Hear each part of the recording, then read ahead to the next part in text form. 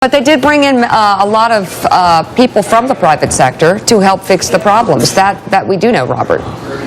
Well, absolutely. And look, you know, the people that build websites the best, bringing those folks in and understanding how the architecture of a website works, how you support the vast number of users, obviously, that you want.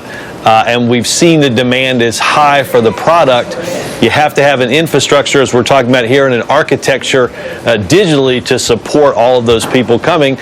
Obviously, it was way too late to get those in for the October, what should have been the smoother launch in October. Ed Rendell, you're a strong leader, whether people agree with every position you take or not. You were a strong mayor.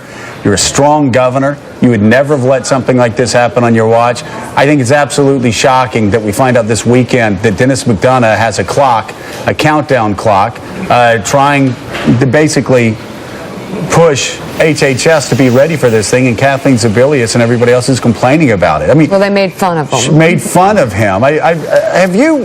And let's be honest here, okay?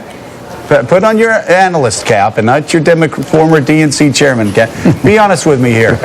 Is this perhaps one of the greatest failings of a Democratic president that you've ever seen when it comes to mismanagement?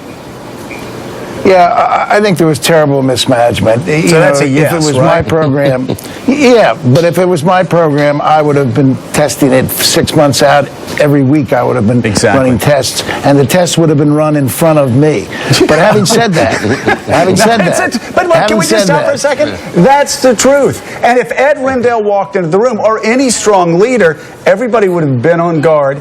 And, you know, you worked for Jeb, and you worked for George W. I remember, you know, hearing people talk about Jeb. They were afraid to walk into cabinet meetings because they knew Jeb knew more than they did. And that applied to everything. He'd return press calls before his press office. He'd answer policy questions before his cabinet.